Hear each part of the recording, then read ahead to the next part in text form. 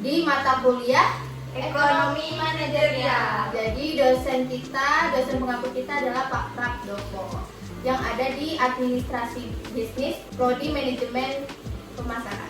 Jadi sebelumnya nih, gimana kabar kalian? Dari kamu deh. Alhamdulillah baik. Puji Tuhan baik. Alhamdulillah aku baik ya guys, meskipun sedikit kena musibah ya kemarin. Oke, sebelum kita masuk ke dalam jurnal nih, aku mau nanya nama kalian siapa sebelum lanjut jauh gitu dalam jurnal. Dari kamu deh. Ya, jadi perkenalkan nama saya Sarma Patresia Tulak dengan NIM 21652160.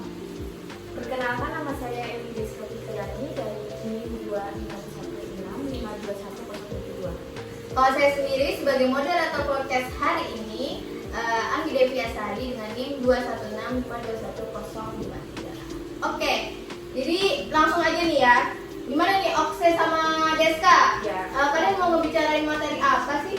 Jurnal apa? Ya, jadi di sini kita akan mengangkat materi tentang analisis resiko. Nah, jurnal yang kita akan bahas hari ini itu mengenai analisis penganggaran modal dan analisis resiko dalam proyeksi ekspansi pasar pada usaha kecil menengah. Nah, di sini kita mengambil studi kasus pada toko Barka.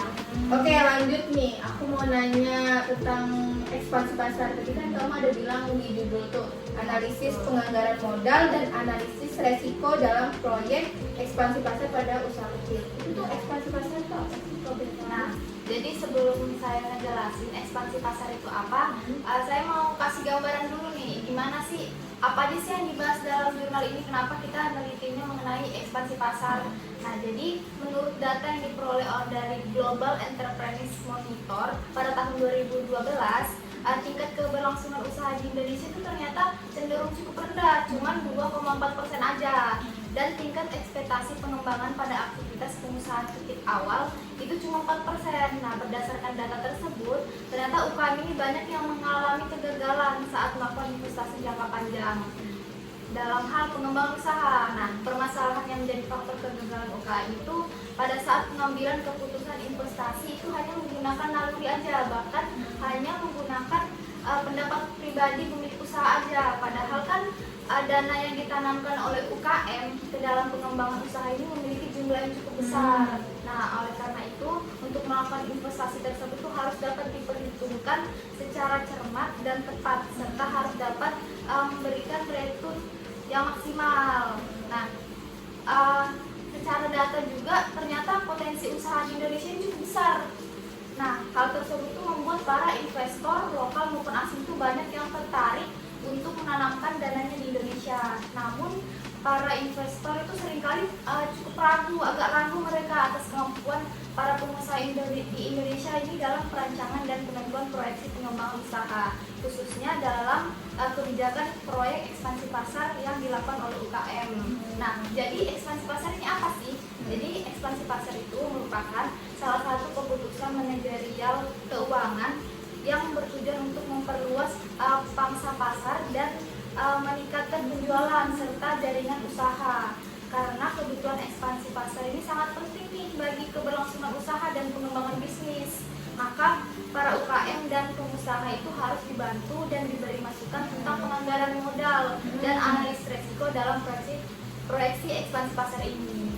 Yang saya dengar dari kamu kan katanya tuh UKM-UKM kecil nih kayak masih memikirkan sendiri gitu ya, tanpa memikir panjang gitu. Jadi tuh harus butuh analisis penganggaran modal dan analisis resiko ya. Kalau boleh tahu nih, analisis penganggaran modal itu apa sih?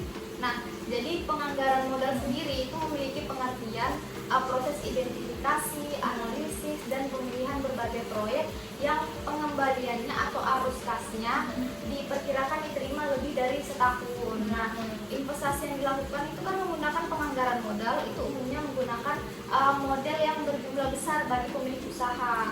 Nah, serta mempunyai umur investasi yang lebih dari setahun, sehingga keputusan dalam penganggaran modal itu akan memiliki dampak terhadap arus kas di masa yang akan datang dan memberikan resiko yang berhubungan dengan arus kas tersebut. Nah, jadi penganggaran modal ini bisa menentukan kesuksesan atau kegagalan dari suatu usaha. Makanya ketika kita melakukan analisis penganggaran modal, itu juga perlu melakukan analisis resiko. analisis resiko sendiri itu gimana sih? Siapa yang mau menjelaskan? Ini Sebagai saya. Oke. Dari saya ini penjelasan dari saya. Analisis risiko ini yaitu pengertiannya dilakukan untuk semua keputusan keuangan. Jadi khususnya ini berkaitan dengan penganggaran modal. Jadi yang nanti yang akan kita bahas ini jurnalnya itu memiliki tujuan analisis risiko. Itu memiliki dua tujuan. Yaitu tujuan pertama untuk mengukur risiko dari proyek penganggaran modal yang potensial. Tujuan yang kedua untuk memadukan informasi tentang risiko tersebut ke dalam keputusan penganggaran modal. Jadi gini, dalam membuat analisis risiko ini biasanya memiliki beberapa faktor ketidakpastian. Nah, dari faktor yang ketidakpastian ini dapat mempengaruhi estimasi arus kas, maka bisa digunakan dengan metode Monte Carlo. Monte Carlo itu apa ya? Oh ya. Ini ya, saya akan menjelaskan juga ya.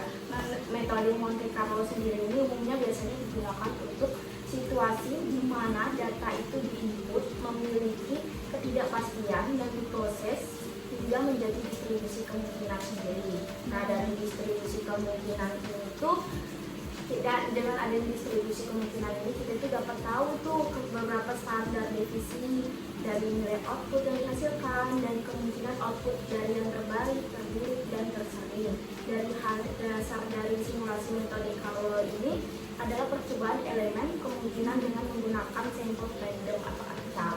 Oh begitu ya. Oke lanjut aja nih ya. Kan kalian ini ngambil materinya dari jurnal ya. Kalau boleh tahu nih di dalam jurnal itu rumusan masalah-masalahnya apa aja sih kalau boleh tahu?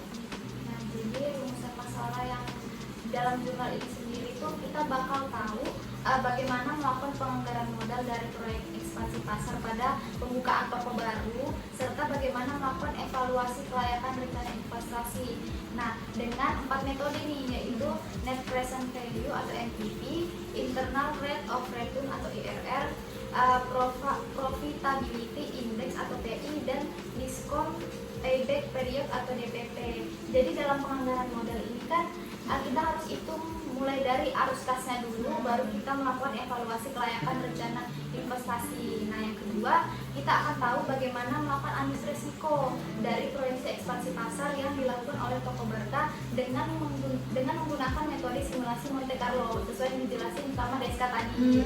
Nah, yang terakhir, kita akan tahu bagaimana sih menggunakan hasil yang diperoleh dari analisis penganggaran modal dan analisis risiko sebagai dasar pengambilan keputusan dari proyek ekspansi pasar yang dilakukan oleh Toko Berkah. Oh jadi kayak harus tersusun ya dari analisis penganggaran modal, terus analisis resiko, baru kita ketemukan kesimpulan. Oh begitu. Jadi di dalam jurnal ini tuh metode penelitiannya bagaimana sih? Jadi metode penelitian dari jurnal ini kita meneliti di Toko Berkah. Toko Berkah ini merupakan suatu UKM yang berada di Bandung. Jadi Toko Berkah ini beralamat di Home Ciwastri Indah, Blok F17. Jadi dengan nama pemilik Reza Mahendra. Jadi Toko Berkah ini bergerak dalam bidang perdagangan barang dengan komoditas, yaitu dari produknya itu dari Timur Tengah. Jadi produk-produk yang berada di Toko Berkah itu dari Timur Tengah.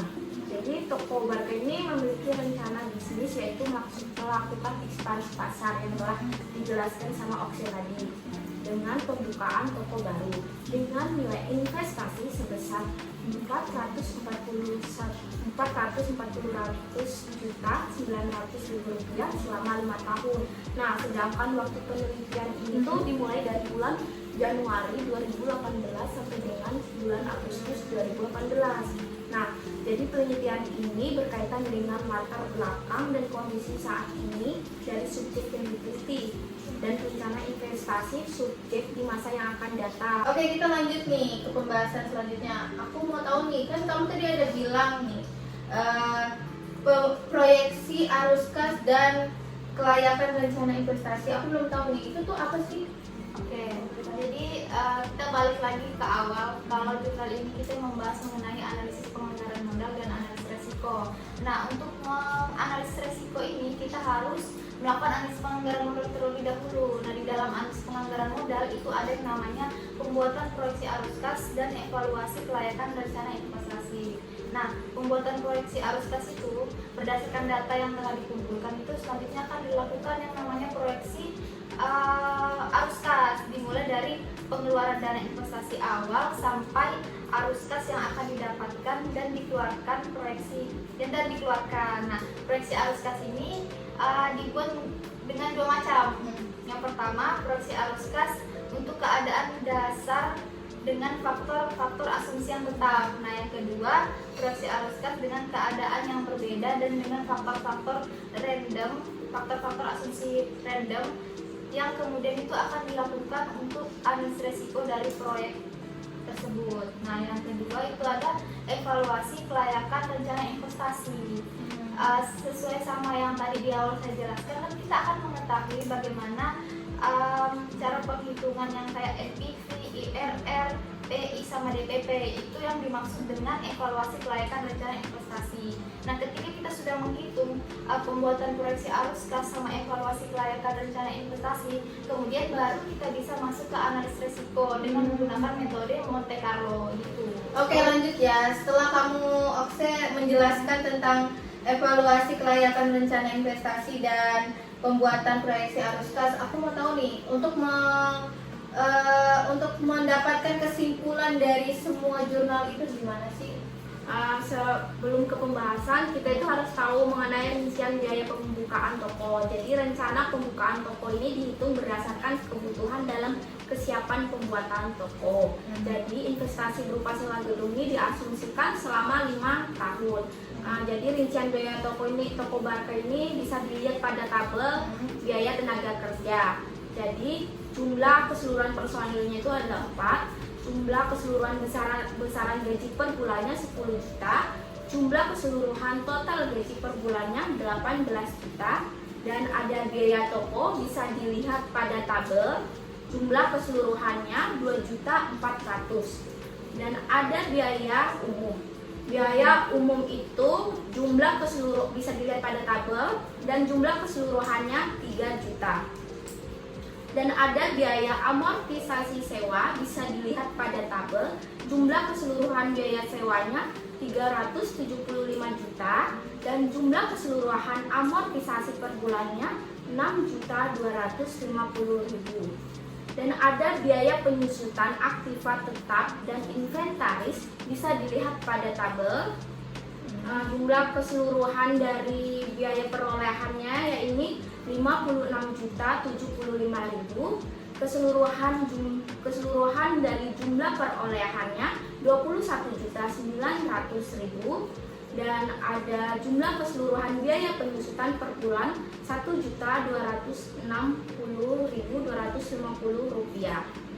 Dan bisa dilihat dari biaya tetap per bulannya itu jumlah keseluruhannya itu ada 30.856.250.000 rupiah. Dan ada biaya investasinya yaitu sebesar 441.900.000 rupiah. Dan ada asumsi penjualannya itu terdapat 3 jenis yaitu grosir, distributor, dan retail. Dan ada lagi bisa dilihat pada tabel yang mengenai komposisi margin keuntungannya, yaitu ada grosir, distributor, dan retail bisa dilihat pada tabel, diskonnya, harga pokok, margin keuntungannya.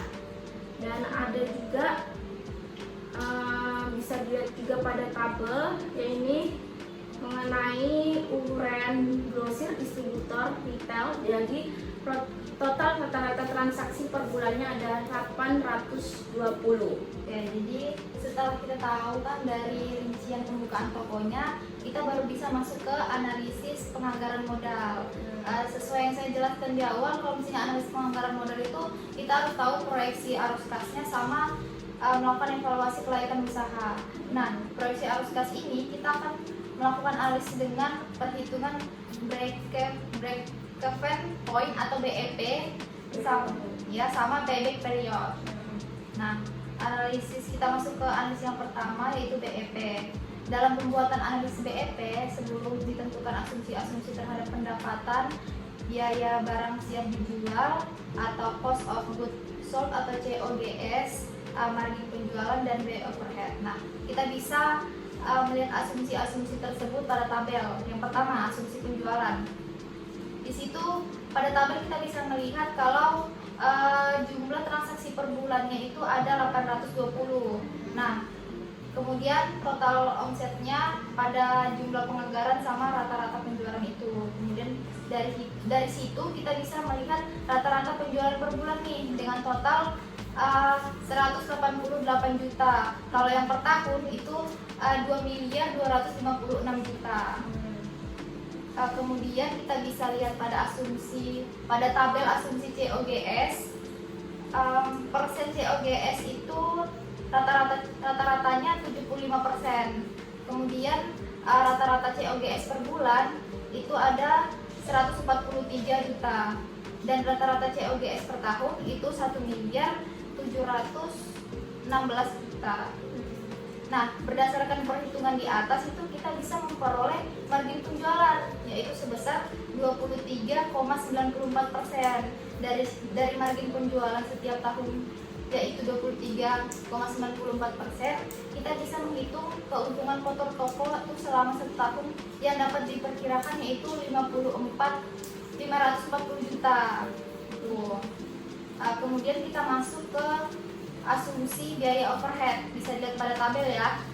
Di situ biaya overhead per bulannya totalnya itu rata-rata COGS-nya 30.856.250 rupiah.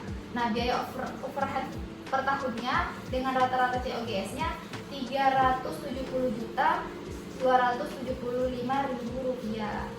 Jadi berdasarkan asumsi-asumsi dan perhitungan di atas, maka BEP pembukaan toko sejumlah 68,57%. Nah, dari BEP-nya itu kita bisa mentotalkan proyeksi penjualan perusahaan yaitu pada omset 1.541.926.667 rupiah gitu. Nah, yang kedua kita masuk ke analisis payback period. Jadi dari laba bersih proyeksi dari sini kita mendapatkan laba bersih dari proyeksi yaitu sebesar 169.725.000 per tahunnya. Sedangkan total investasi pembukaan toko yang kita bisa lihat pada rincian toko tadi itu kan sebesar 441.900 selama 5 tahun. Nah, maka analisis payback period investasi pembukaan toko ialah pada tabel ini saya tampilkan. Totalnya itu ada jatuh pada 406.725.000 rupiah. Nah, dari situ perhitungan payback periodnya dalam proyek pembukaan toko yaitu 2 tahun 7 bulan. Oke, setelah kamu menjelaskan yang tadi itu, perhitungan selanjutnya apa sih? Kalau boleh tahu.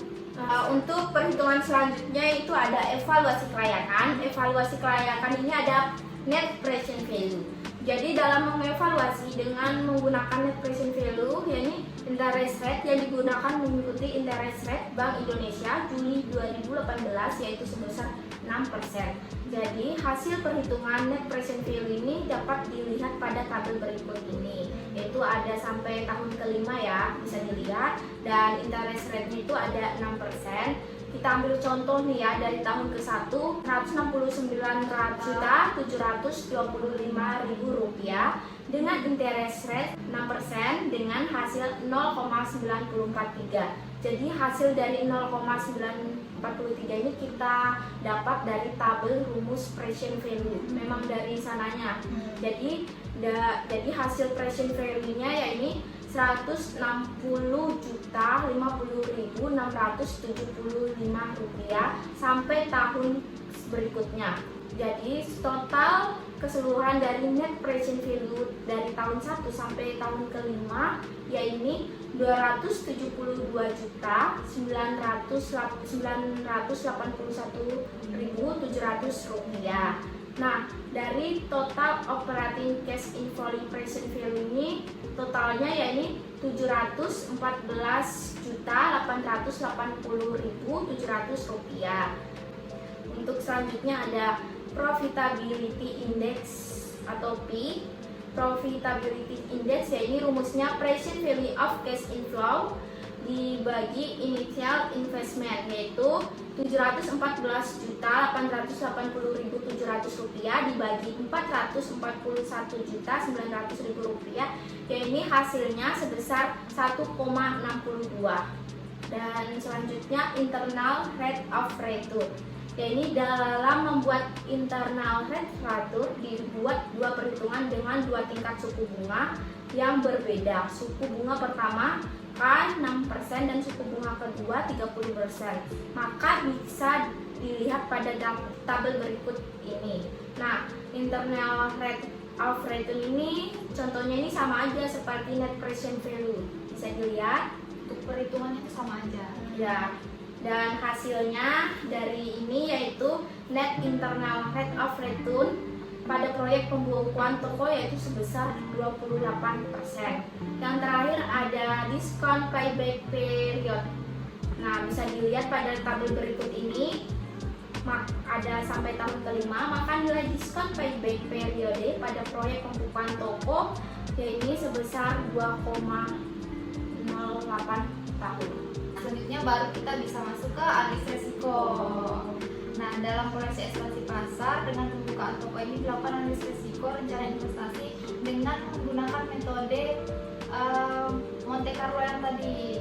Nah, dengan menggunakan metode ini itu ada jenis fundnya, yaitu fund 1 dengan loss pada fundnya itu 1%, fund 2-nya itu 2%, dan fund 3-nya itu 3%. Nah, perhitungan setiap jenis penjualan dan distribusi probabilitas dapat dilihat pada tabel berikut ini. Ini tabelnya. Untuk perhitungannya itu hampir mirip sama yang tadi dijelaskan di bagian evaluasi. Seperti itu, sehingga hasil dari analisis resikonya itu berdasarkan hasil perhitungannya kita bisa memperoleh nilai net present value atau NPV-nya itu pada tahun kelima yaitu sebesar 167.641.572 rupiah. Oke, ini masih lanjut ke pembahasannya atau Sudah selesai? selesai. Jadi kesimpulan dari mbak-mbaknya bahas ini apa sih?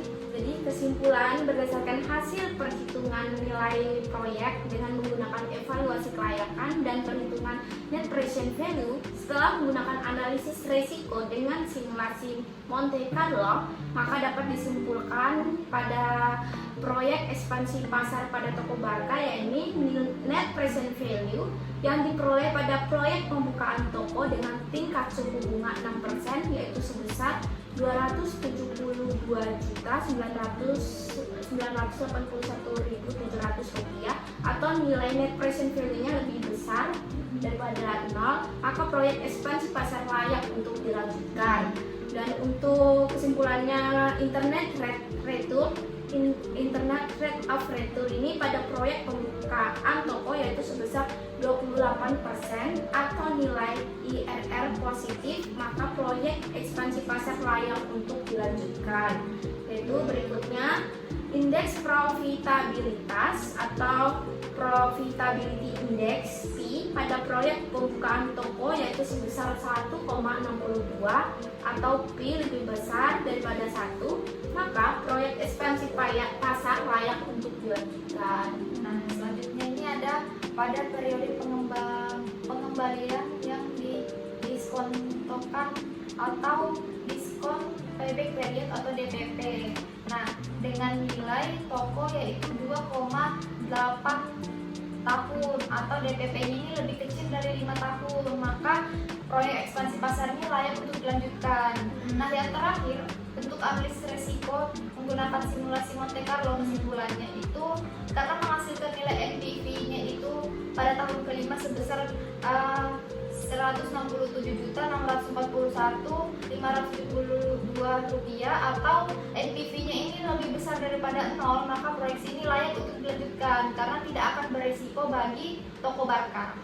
Oh, jadi setelah menggunakan analisis dari anggaran modal dan analisis resiko dari toko Barca ini layak ya? Layak untuk dilanjutkan. Oke. Jadi selesai nih pembahasan dari Ya, jurnal ini. selesai. Oke, dari jurnal analisis penganggaran modal dan analisis resiko dengan studi kasus toko Barca ini udah selesai nih. Jadi selanjutnya kita mau bahas apa nih setelahnya? Kedua. Tentang penentuan harga ya. Betul. Oke, untuk selanjutnya bakal kita saksikan di part 2 ya. Oke. Dadah. Oke, jadi sekarang kita bakal lanjut ke jurnal yang kedua. Jurnal yang kedua ini bakal dibahas oleh Anggi dan Deska dan saya sebagai moderator. Nah, jadi di jurnal kedua ini mau bahas apa nih? Jadi kita ngambil materi tentang penentuan harga. Jadi kami di sini ngambil jurnal dengan judul analisis penentuan harga pokok produksi menggunakan metode full costing sebagai dasar penetapan harga jual pada UD Mutia Mabel. Oke, dari jurnal tersebut bisa dikasih gambaran umum dulu nggak isi jurnal ini ngebahas apa aja? Jadi di dalam jurnal ini peneliti membahas tentang penentuan harga pokok produksi menggunakan metode full costing sebagai dasar penetapan harga jual pada UD Mutia Mabel karena perhitungan antara perusahaan dengan penulis itu berbeda. Kalau perusahaan itu tidak menggunakan biaya variabel seperti biaya telepon, biaya air dan lain-lainnya, sedangkan menurut sistem akuntansi, perhitungan akuntansi menggunakan metode full costing, di dalamnya itu menggunakan biaya-biaya variabel seperti biaya air, biaya listrik dan lain-lainnya. Jadi tidak hanya biaya bahan baku saja yang diperhitungkan, tapi juga biaya-biaya overhead pabrik. Oh, jadi di jurnal ini ada perbedaannya Iya, antara perbedaan. perhitungan perusahaan dan perhitungan penulis. Betul. Nah, jadi di dalam jurnal ini apa aja nih yang dibahas? Ada gimana? Oh, jadi dalam jurnal ini ada beberapa yang terkait, yaitu seperti biaya. Nah, jadi di dalam jurnal ini ada 5 cara penggolongan biaya. Yang pertama itu penggolongan biaya menurut objek pengeluaran. Yang kedua penggolongan biaya menurut fungsi pokok dalam perusahaan. Yang ketiga penggolongan biaya menurut hubungan biaya dengan sesuatu yang dibiayainya. Yang keempat penggolongan biaya menurut perilakunya dalam hubungannya dengan perubahan volume kegiatan. Yang kelima penggolongan biaya atas dasar jangka waktu manfaatnya. Yaitu ada lagi yang terkait yaitu harga pokok produksi. Jadi harga pokok produksi adalah cara memperhitungkan unsur-unsur biaya ke dalam harga pokok produksi. Jadi terdapat 3 unsur harga pokok produksi, yaitu yang pertama biaya bahan baku, biaya tenaga kerja langsung, dan biaya overhead pabrik. Selanjutnya itu yang terkait mengenai ada harga jual.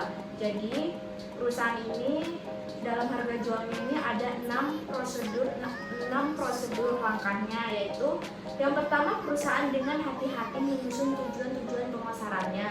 Yang kedua, perusahaan menentukan kurva permintaan yang memperlihatkan kemungkinan jumlah produk yang akan terjual per periodenya. Yang ketiga, perusahaan memperkirakan bagaimana biaya akan bervariasi pada tingkat produksi yang berbeda-beda. Yang keempat, perusahaan mengamati harga-harga pesaing.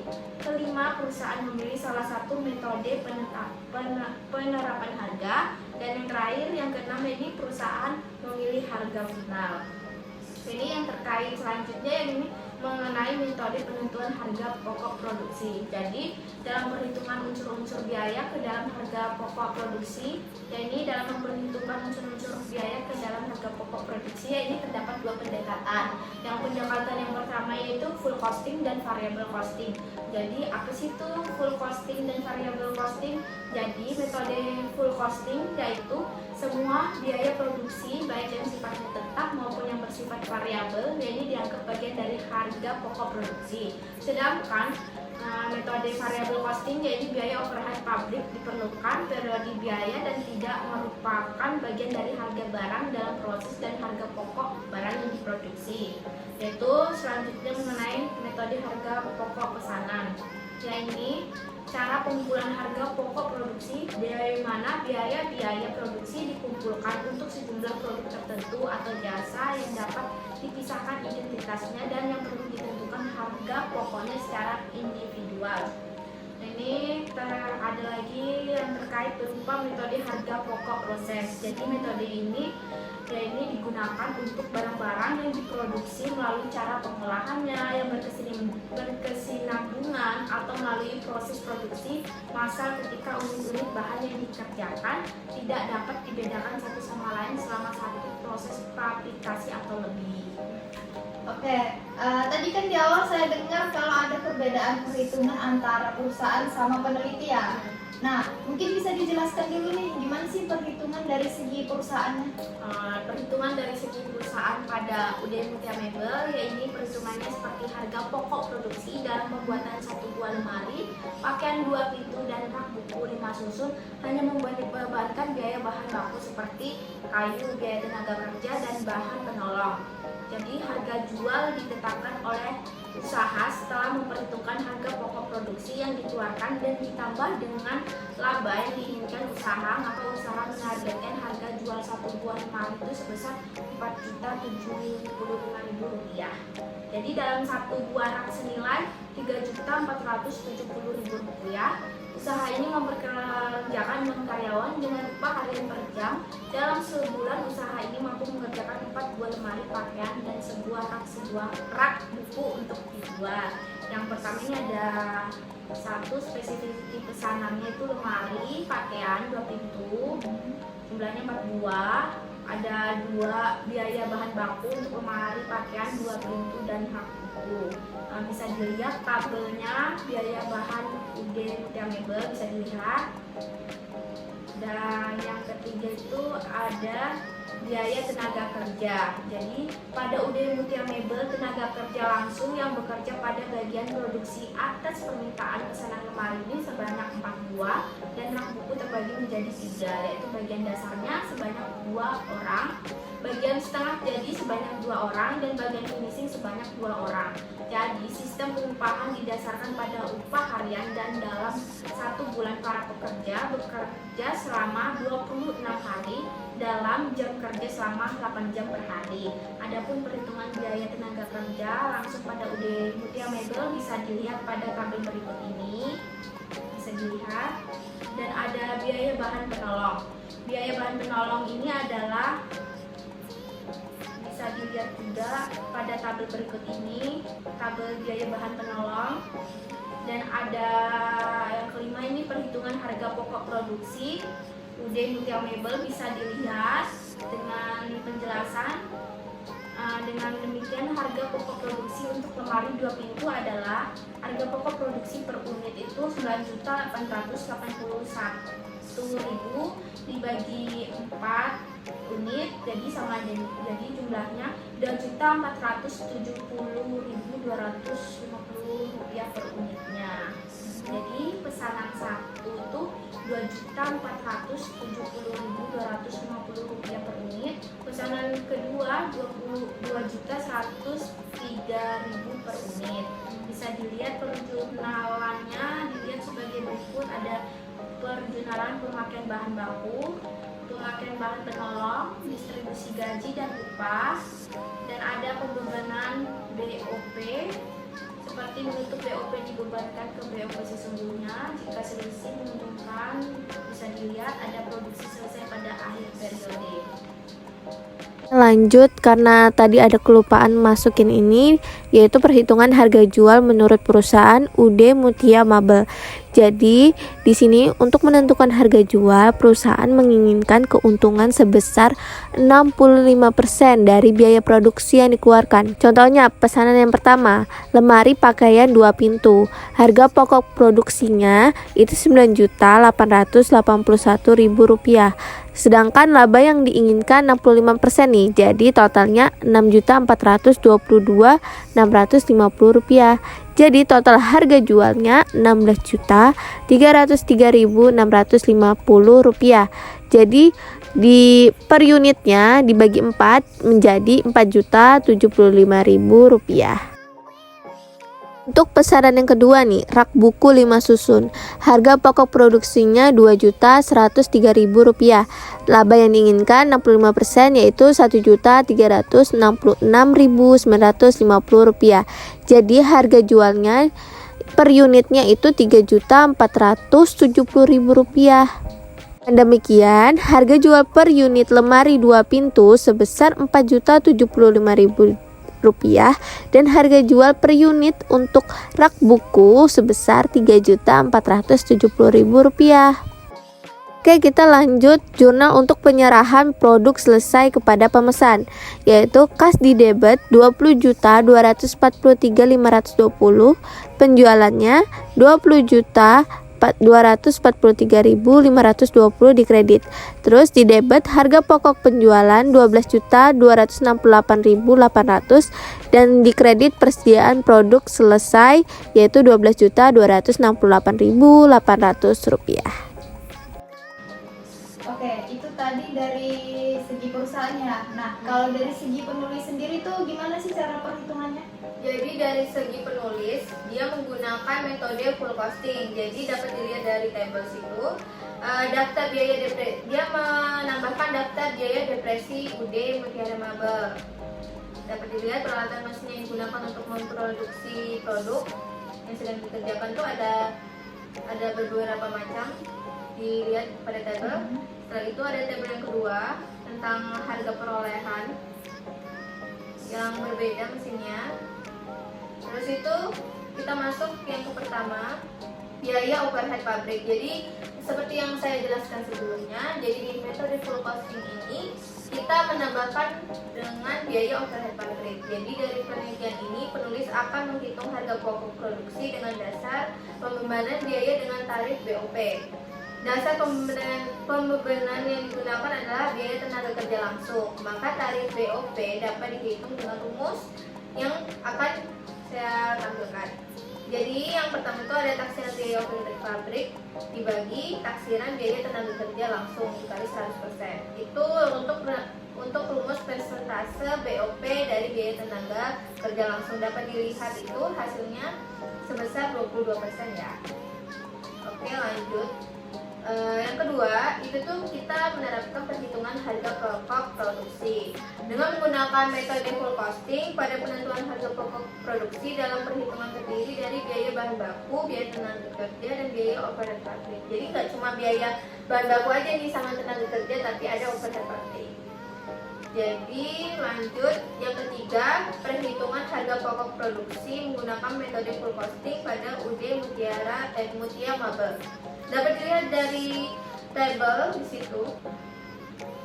Dengan jumlah untuk lemari 2 pintu itu Rp10.245.600. Untuk jumlah rak buku dengan jumlah Rp2.003.200. Jadi total keseluruhannya adalah Rp12.268.800. Yang keempat nih, penetapan harga jualnya.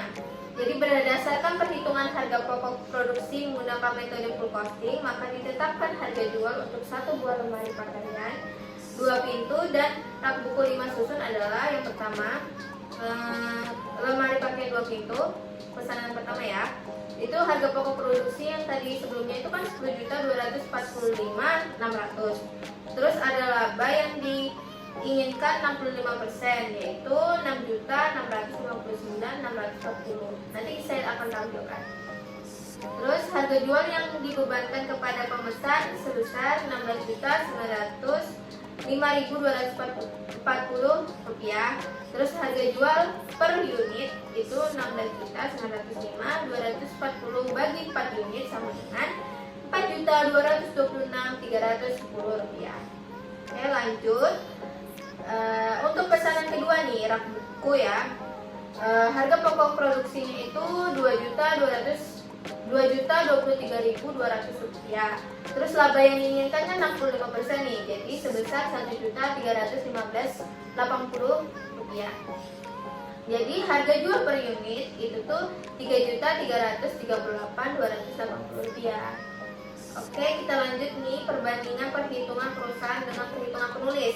Dilihat nih tabelnya nih, akan saya tampilkan. Jadi menurut perusahaan itu kan lemari pakaian 2 pintu itu Rp4.075.000. Kalau menurut penulis itu Rp4.226.310.000. Jadi selisih antara harga pokoknya perusahaan dan penulis itu sebesar Rp151.310.